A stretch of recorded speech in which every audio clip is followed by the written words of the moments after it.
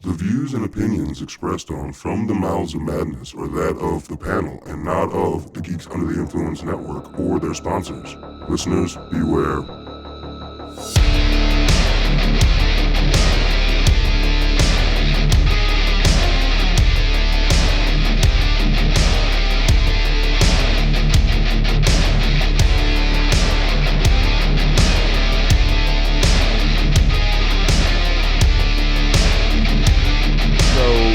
I think we've seen a lot over the last, I would say definitely post-COVID, so we'll give them 5 years, 4.5, where the cons have almost been like the celebrities are like networking. Yeah. You know, like when they're taking a break and they're going out to eat with each other, everybody be talking about like, hey, we need to be in a movie together. Or I always see them just sitting at the table next to another one being like, hey, I'm actually coming up with this idea. And they're like, that's cool if you have a role in there for me. Yeah. You know what I mean? Like that kind of shit. And like fucking Clint Howard was in Terrifier 3. He was. I can see some chance that, David Howard Thornton was at a table and there's Clint Howard's table because Clint Howard does all the cons. Yeah, he does a lot of cons. And he's like, oh, yeah, you know what? You should be in the movie. Yeah. Yeah. Yeah, that's probably right. And I think a lot of the younger directors that we've seen in a lot of these films, it's like first or second, third, maybe not always the first, but second, third, fourth film from these newer directors. I think when they also contact these actors, that they know, like, they're workhorses. Like a lot of these actors they work. Yeah. They're never going to stop making films, and they're passionate about horror. Exactly. So like I think it's a safe bet if they're not already committed to something. If you call them, and you send them the script and they like it, they're like, oh yeah. Like I don't feel like you. I don't know. I just don't feel like you'd have to like hard sell them. Also, I just think it's like an interconnection. Like if you get Clint Howard, you get I can't think of the dude's name who was in Stream and Terrifier 3 of Santa. Danny Roebuck? Yes. You know what he's the cameo from? At least as far as I know, the Rob Zombie movies. Oh, he's been in more than that. I know, but what do you think? Why do you think? Actually, my first knowing him was from Fugitive. He was part of. Yeah. But from the horror, I'm just saying, like. I know. But I'm just saying, you never know how interconnected it just takes to get one. But that only counts if the person has a spot for them. Otherwise, it doesn't matter. Yeah. As far as like, well, hey, so and so, and I'm like, don't have a part for him. You know what I mean? So, but yeah, that is also another perk that could happen, right? So, this film, I think, arguably has some of the most, and they pulled a couple out that I have not seen in years. Oh yeah. Yeah. There's one I was like, okay. Yeah. One that's, I can't think of another horror movie besides the 90s. Yeah, so, exactly. Yeah. So it's like, okay. Tonight we're going to be talking about the 2024 film Stream. I'm Lowdown. F.U. Hunter. What's up, tic-tac-toe, bitches? That's right. That shit was rough. And when you see it, you'll know what I'm talking about. God damn, that shit was rough. The motherfucker was nailed to the door, too. He couldn't do anything. Yeah. No, which one do you think was worse, the X or the O? I think maybe because I thought the X would be, but man, when they're doing the O, you really carve it in there. I was like, it's the O. Yeah, because the X is just like the line, which is basically like what the board was. Yeah. Yeah, but the O, you gotta you're taking like a razor and trying to make a circle. Just really going into and they were pretty perfect circles. Yeah. Oh man, so this was the directorial debut of Adam. I think it was Adam Levy of the Levy brothers from Fuzz on the Lens Productions. So those people are associated with Terrifier. They were, I think, as far as I know, the film crew. They were part of the producing and production crew, the effects, all that stuff. And they got Damien on the effects on this. Fuck yeah, they did. Huh? Did they? They did. Yeah. They 100% did. Jesus Christ. I feel like he's got like a notebook of just like 50 types of kills. Mm-hmm. He's like, all right, I'll give you like 5 or 6 of the ones I will use for Terrifier. Like he just has this notebook of just fucked up ways of people getting killed. The crazy thing is he had downtime. Yeah, exactly. Between like 2 and 3, I figured 3 would have taken a lot of time, but yeah, apparently he could fit it in. Yeah, it's fucking crazy. And this film is it's not like Ready or Not kind of scenario. I was thinking of a specific type of film when I was rewatching it for this episode. Now I'm brain farting on what I watched. I need to start making notes again. But it has a vibe of, and not because it's a game show. It's mainly because it's like, I don't know. There's still people hunting you, but it just doesn't have that Ready or Not or what's that new one coming out? They're going to kill you. It doesn't have that feel to it. Yeah, you know what I mean?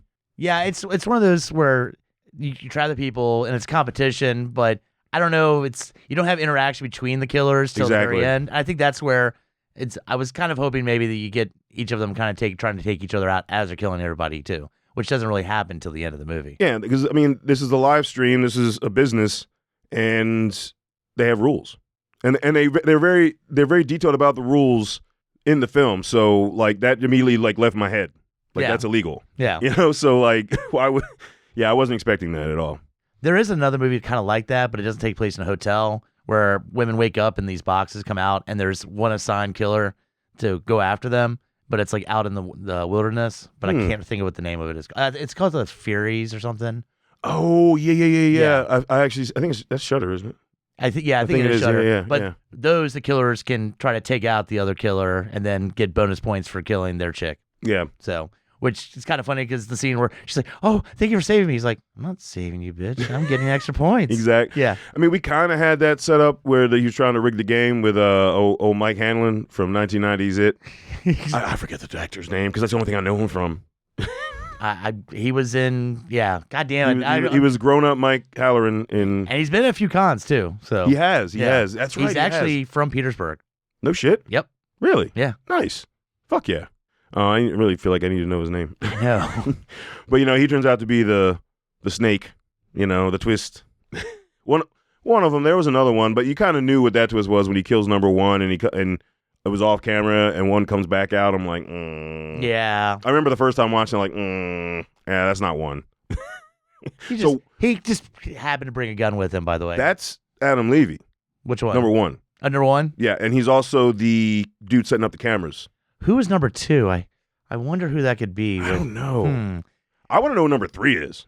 Oh, Jesus Christ. Yeah. But number two, yeah, the body motion, and it's Art the Clown. It is. I know, and I was actually worried about that because I got for those who don't know, this was a Indiegogo campaign, and I backed it, and that is one of the things I was worried about, right? Because if like I watched Screamboat, and his Mickey is not reminiscent of Art. Yeah.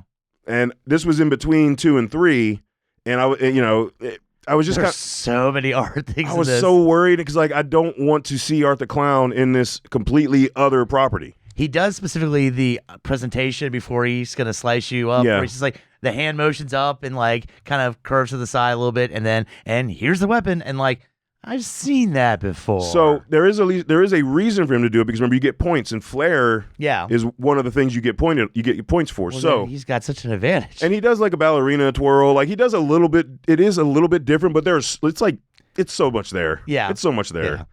All in all, it doesn't ruin my enjoyment of his performance. It's just when I see him, I'm like, I don't see a new character.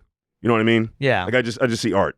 Well, I mean, they both don't talk and they like to fuck with their victims. So yeah. But again, it was still a great perforance. And I'd like to know who the big motherfucker was. I looked him up. That's a fucking hoss, dude. Yeah. Jesus Christ. He crushed the dude's head. I mean, sweet. it was an old guy. I mean, it was probably, that helps, Yeah, older bones. Brittle bones, yeah. God, I don't know if you get full points on that. I'm just saying. I wonder like who picked up Daniel Roebuck and impaled him on the statue. Yeah. That's an interesting way, too, where the part of the statue is coming out of your mouth. So that's sweet. That was so sweet, dude. He's just like, guts hanging out. Fucking rad, man. Yeah, the effects and the gore, practical as fuck, amazing. Dude, honestly, because I was just thinking about the gore factor, and I wish we would have seen a little more of gore from this, but number 4's fucking first, scored kill. Arcade? Dude, that one was still the prelims. Remember, because they said preliminary, and then it wasn't until everyone got in the courtyard where he's like, all right, game's on. So that was a preliminary kill. Yeah, but that arcade one's... Of course you enjoy that. Why do you enjoy that, Hunter? Because head goes right into the joystick, comes out. Yeah. And you're like, okay, that's fucked up. Yeah. Eyeball still on the joystick. That's fucking cool. Yeah. But then they're just fucking with this dude. They cut his nose off and then smash his face in. Hey, man, the hammer will do the smash. You don't need to cut the nose off. It's not like the nose is going to stop the fucking hammer. God damn. And then you got, I was talking about the snack machine. Oh, yeah. That was just fun. Just because there's most of the film is done, like on standard movie. I'd say it's like 80-20, and 20% you actually get from all the cameras that Adam Levy's character has set up throughout the hotel. And one of the kills takes place on that camera, and that one makes sense. If they'd have done that for more kills, I would have been pissed. But that kill makes sense because it's a wide angle. It's a good You get shot to see when the shot. when it comes down. And you get to see how he's fucking with him Yeah. like the whole time. But something about that kill I just really enjoyed. How did Big Motherfucker go down? He got shot. Oh, okay, that's Remember, right. Mike Hanlon shot him. Yeah, I was like, what could it take? Okay, yeah, gun. Yeah, gun. Yeah. Gun will always beat muscle. Gun beats muscle. That's less embarrassing than a fork. So I'm just saying, you are a higher trained killer. You're gonna let a fucking fork take you out? It was in the jugular. Yeah. It was in the jug. How do you? What? No, she should have left it in. That was the problem. She was like, also, know your surroundings. They're gonna fight back. It took forever. How did she not hear it? I don't know. So that's one of my that's one of my gripes with this film. Is it's 2 hours, and I feel like it could have been cut down to a really tight hour 40. The whole part with the daughter. Yeah. I don't give a fuck. Like, hey, she talks to these guys. Cool. Yeah. And you know what? Next scene, they're on the roof. Yeah. And they fucking go to the show. Yeah. But let's go to the hotel room. And his friend is trying to fucking smoke a joint. And the cocaine. But we'll go to the roof. We don't need that scene. No, we don't. We also don't need. I like Daniel Harris's role in this, but we don't need mommy-daughter scene. We don't need mommy-daughter scene. No, we don't need mommy go, hey, the kid, they're being too loud next door. All that's completely pointless. Yes. Now, I do agree that we don't need that scene between mommy and daughter. So I can be I can say like that. Yeah, we could have cut that. I did enjoy seeing Danielle Harris in that character, though. I feel like there could be a whole new resurgence of her. Obviously, she can still play the hot sex interest, badass final girl, whatever. She can. That clearly she can do that. She's been doing it for fucking decades. Oh yeah. Not decades. But I'm not trying to say she's ancient, but she's like it's like 3 decades. I hate to say it, but it's like 3 decades. Yeah. Hatchet 2. Actually longer because she started. She started with Don't Tell Mom the Babysitter's Dead. Yeah. That was like Hatchet 2 is like I think 20 years. Yeah, 18, 20 like years roughly, old. Yeah. So, but her coming she doesn't really do those roles, and she was like just a badass mom where she's like good wife, but then when she has to have the one-on-one, she's like, I fucking know what you're doing. Yeah. And like she totally played homeboy to get drinks and throw it, you know what I mean? Like without even doing anything, she just sat there. I just think we got a gist of her character. So those other scenes, yes, we know. And so it's just one of the things like I'm not watching this for parenting. I'm watching this for if we didn't get that scene, at least out of the ones we mentioned so far, that one makes sense. If we didn't get that scene, we would have had really no investment in her character at all. There was like one conversation with the husband. But we started with them. But there was like one conversation just about going on vacation. You didn't get her one-on-one personal shit. Yeah. It was just about going on vacation. So while I said I agree, we could cut it, that did make you like her character. Yeah. Like you felt you got her vibe from that scene. So I'll give that. And she had a really cool kill. So that was the Adam Levy behind the fucking chair. Was that barbed wire, right? Yeah. Yeah. But did you notice like you don't the first time I watched it, I didn't notice it until his head came up around the corner. But the second time I knew it was coming and I was trying to see, and you slowly see the hand first, and I'm like, oh, that's so fucking good. Oh yeah, that's so fucking good, dude. And that again, number one is the director. Yep. And you know the guy that set the cameras, redhead dude, had the beard, the goatee. Yeah. Yeah. So that's one of the brothers. I think the other one showed up at the end. He looked familiar, and I'm guessing he was probably in. He's cameoed. I don't know which ones. I feel like he was maybe. Yeah, he was in the first one. I think he was the guy that showed up at the end to help the other exterminator. Yeah, he was the second, the first Terrifier, but I feel like he's in 2 somewhere. Probably they reuse him. Yeah. I don't know. Was the other exterminator his brother? Was it the other Levy? I don't know. Who knows? But each killer has their own flair, right? One is just standard, like stealthy, scary as hell, hoodie up, just overall coming at you kind of setup. Very slow walking. Yeah. He's the Myers, right? Yeah. And I love that shit. That's the stealth mode. And then we got Big Brute. He's like the fucking Jason. He's the Jason, but like bigger. Yeah. And he will kind of stomp towards you. Yeah. And then I really don't know where to. Again, we have Art and we have Harley Quinn. What the fuck? Like fucked up Harley Quinn. Fucked up Harley Quinn. Yeah. I'm trying to think of a fucked up like female killer. I don't think we've gotten one like that yet. Yeah. I don't know. Too bad she's dead.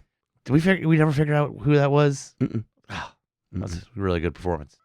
It actually was. Like she was fun. Like the way she's like, all right, I'm done with the tic-tac-toe, and she just skips down the hall to go get the girl. I thought that was really with their good. fishnets. Yeah. Calm down. Not that I'm noticing. Calm down. We get tense in this movie, so. Yeah. So so let's go with the cameos. We dropped Daniel Harris, Mike from It, We start with D. Wallace. D. Wallace. Yep. We haven't even gotten into Lockwood. Was it Lockwood? That's his name, right? Yeah, I think it was Lockwood. Lockwood, yeah. Yeah. Well, both Lockwoods. I told you, now that you've seen that ending, you see what I mean about the difference, how he rolls out fucking badass? That's Tony Todd, motherfucker. Yeah. That's what I'm saying. Like, that's the way I want to see him go out. He's running shit. The one cameo that caught me off guard was... You watched the cutscene. You watched the post-credit scene, right? Where no. where it takes place during another stream event.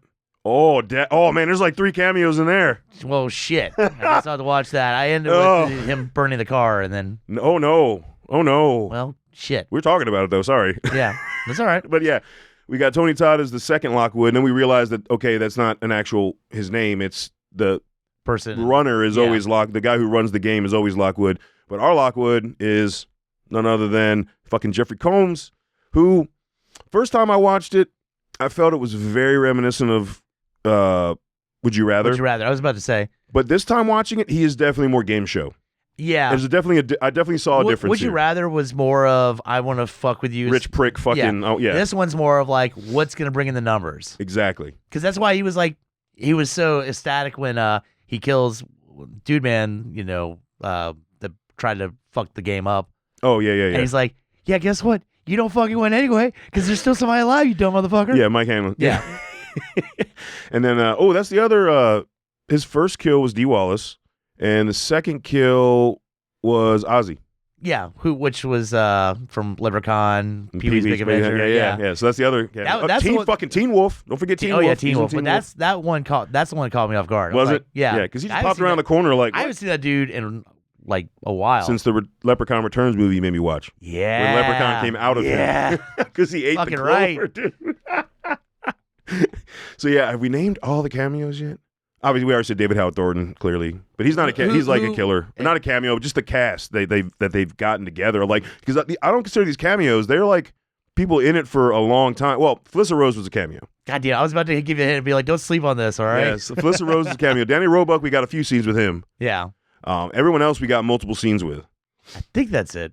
Yeah, that's all I can. I don't think I'm forgetting anybody. Yeah. Now, what you missed out on? So actually, I think it's just 2 cameos. There's Bill Moseley. Okay. So this one takes place in a movie theater. I want that fucking movie. Let's hope it does well on streaming. Yeah. Let's hope stream does well streaming. Yeah. All right. Because I want to see what happens in the movie theater. Yeah. That would be awesome. But guess who Lockwood is? God damn, I'm drawing a blank. Tim Curry. Oh. Yeah. Oh, that makes sense because that was under his credits. But he leaves the mask on. Okay. And yeah, dude, I was in the theater when I saw this because there was a special screening event for like 2 nights. Or at least that's all long as it was in Richmond, like in the end of 24, I think. Yeah. And I was like, oh, let me go support it in theaters. And that shit, fucking, I was like, I was just like screaming like fucking Tim Curry. That has to be his first like on-screen appearance. I think it was in a while. I think it was, Yeah. and it was perfect for him because he'd be in his wheelchair. He could wear the mask because he's Lockwood, so Yeah. it worked for where he's at and what he's doing with his health, and it still allows him to act and be a devious motherfucker, dude. Because that's what we know Tim Curry to be. He can be jovial, he can be fun, but he could be a devious son of a bitch. Yeah. We got Legend. We've got even in his Muppet movies, he was devious as shit. Home Alone 2, like the motherfucker just looks evil sometimes, right? So I was just in his voice. We got the laugh at the end. Oh, dude, you need to watch that when you go home tonight. So what would be your top kill? Was it the vending machine? No, I don't. That was my most enjoyable, but I wouldn't say like it was the one I had the most fun with. As far as like, I didn't expect that to enjoy it. Just it's simple, but the way they filmed it was, I thought, a good way to film it. I don't know. That's a tough one. Tic-tac-toe is pretty fucking badass. I'm not gonna lie, but the actual kill part was lame. Like the tic-tac-toe torture part was fun, but that wasn't the kill. Yeah. They did nail his hand up. Yeah. And I like that when they like, all right, we're done with you. He falls down and just hand rips out. Yeah. And then we had the impaling where he thought he got the daughter, but he didn't. Yeah. The what's his face from Scary Movie guy? He was in Hatchet, the Victor Crowley movie. His kill was pretty solid. The arcade one. Oh yeah. That one was good. I do think the mom's death with the barbed wire was top notch. That was gnarly. The best setup for a kill, as far as a surprise, was the Mike Hanlon one when he's under the covers now, where Jeffrey Combs is under the cover now. Oh yeah. And because you're like, Ozzy was already covered, so like I didn't notice a body shape difference and all. And then it kept going back, and I'm like, wait a minute. And then it's like it's gonna move. Oh shit, yeah, it moves. He's hiding. I like shit like that. That's fun. Now the goofiest kill, I don't know if it's kill but the dad saving the day just to fucking get attacked by the daughter and a big womp womp. Yeah, that was Dude, that's a fucked ending, dude. And his dying breath, he's like, I'm glad y'all are getting along. So like, it's like, even his last moment, take care of each other. Good that y'all are getting along. Share your video. That's the other thing that was a little bit annoying is like, I don't know what that dude's been in, but he is just too much over the top, like dad. And we gave the dad vibe. I will 100% No, like say. overtly gave the dad vibe. But you have to. I mean, you know. Do you? Yeah. Do you really? Because if not, then why the fuck are you getting out of bed, waking up, getting out of bed, and knocking on everybody's fucking door to look for your kid? You know? You can do that without sounding like Ned Flanders. You gotta be Ned Flanders for it. I'm sorry to bother your little party that you got going there. Dude, 2 chicks are making out of the bed. He's like, okay, well, if you see her, let me know. Like, that's a Ned Flanders thing right there. There's 2 chicks making out. He wore a tucked-in flannel. Yeah. All he needed was a sweater. He would have been Ned Flanders. I think you have to have the dad vibe Okay. to open that door. You're like, hi, y'all. How's it going? Looking for my daughter. I'm trying to remember how both people were killed in the first number 2 and number 3 kill, because they were brother and sister, so they killed together. Where it was the honeymoon suite. Well, the dude got drowned. But what'd she do to her? Clearly, it must not have been memorable. Yeah, or they was off screen. Yeah. I would say There was a couple off screen kills. Or, there were. Like you see shadows. Like I think D. Wallace's kill was like shadow for the most part, which I was expecting to happen with the second time they had the drill out, but they actually had the drill going into his head. So they did. Yeah, they did. And the eye. Yeah, they did because it going right through and you got that eye spin around. God damn it. So no broken bones in this one. Those are the top. Those are my top kills. Arcade kill, number 4, head squeeze explosion thing. Yeah, that was fucking that was good. Just pure strength. Again, cheating. It's old guy. Whatever, dude. I feel like that guy was in something, but he looks sort of familiar. But and there was a third cameo in the movie theater one because there was a kill going on in the lobby, like the door-to-door lobby where it's between the 2 doors. Yeah, and there was a dude on the outside who was banging on the door saying, I'll get help. Whoever that was, I know him from somewhere. So he was another cameo. Okay. Yeah. So you got to go and watch that. Yeah, I did. Now I'll just fast forward. I stopped all the credits, so I should be able to just fast I'm always happy to see Bill Moseley. Hell yeah. You know. Yeah, I'm kind of surprised that because it's just a cameo. Yeah. Well, you might have been busy with other stuff. It's kind of like that shit with Terrifier 2 where Chris Jericho's name came out in the opening credits. We're like, the fuck is he? And then after the mid-credit scene, he shows up. Yeah. So at the end, number 2 survived, remember, because he only got his face burnt. And he comes out on the stretcher like biting like a wild animal. Yeah. Why didn't we get that kind of ferocity instead of the Art the Clown stuff? Because he was trying to get points. That's true. You're right. Yeah, he was trying to get points. God damn it. There was flair. The flair was nice. It was just like it's like Office Space. Yeah. Have flair. You gotta have 15 pieces of flair. Exactly. That's pretty much it. Yeah, I mean they don't get away with it. Like everyone dies except for number 2 and the. I like Jeffrey Combs' death too. You gotta get that head off, all right? Yeah, dude. That was nice. Well, you said the house always wins, bitch. Yeah, house always wins, bitch. I do love like I said, that game scenario because that's what it was. I was watching it, and I think it was Lockwood fucking with Ozzy is the scene that I saw this in. It reminded me of Creepshow in some scenes because of the game setup show lighting. It almost looked like the comic book lighting of the first Creepshow at times. Yeah. Did you get that vibe at all? So it reminded me of a film that it was nothing like just because of the lighting in certain scenes. See, and I completely forgot about the lighting till they literally, the teenage daughter and the dude, break back into the hotel. And they're like, what's with this lighting? I was like, oh, yeah, I've got so used to the weird lighting for each level. I completely forgot about it till someone else pointed out again. So.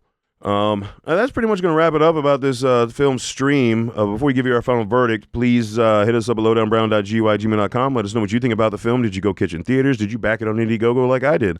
Have you, since it is free with ads on Prime right now, so everyone can see it without paying. For a while, it was only streaming and you had to rent it or buy a digital copy.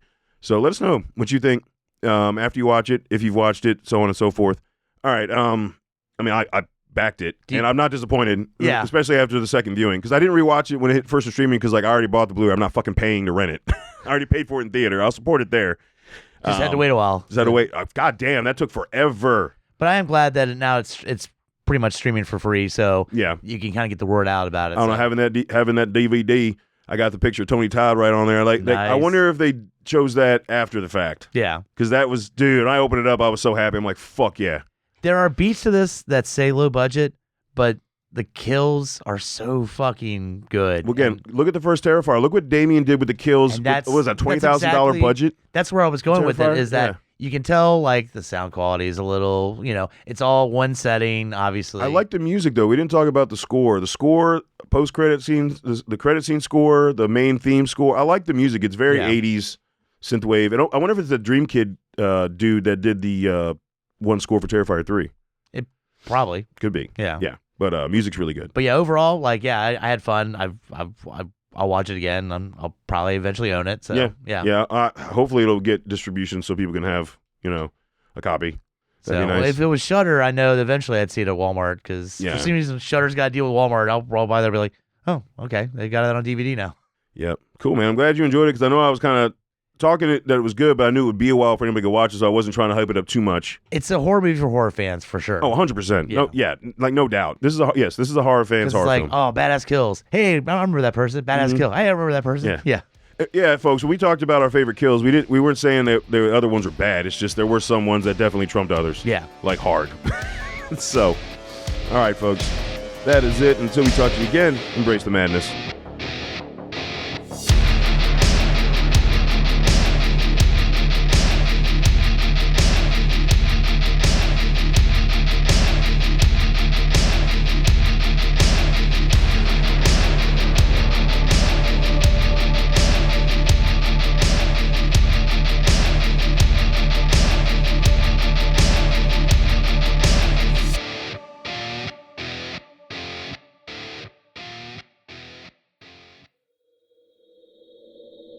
Join us at GUIPodcast.com.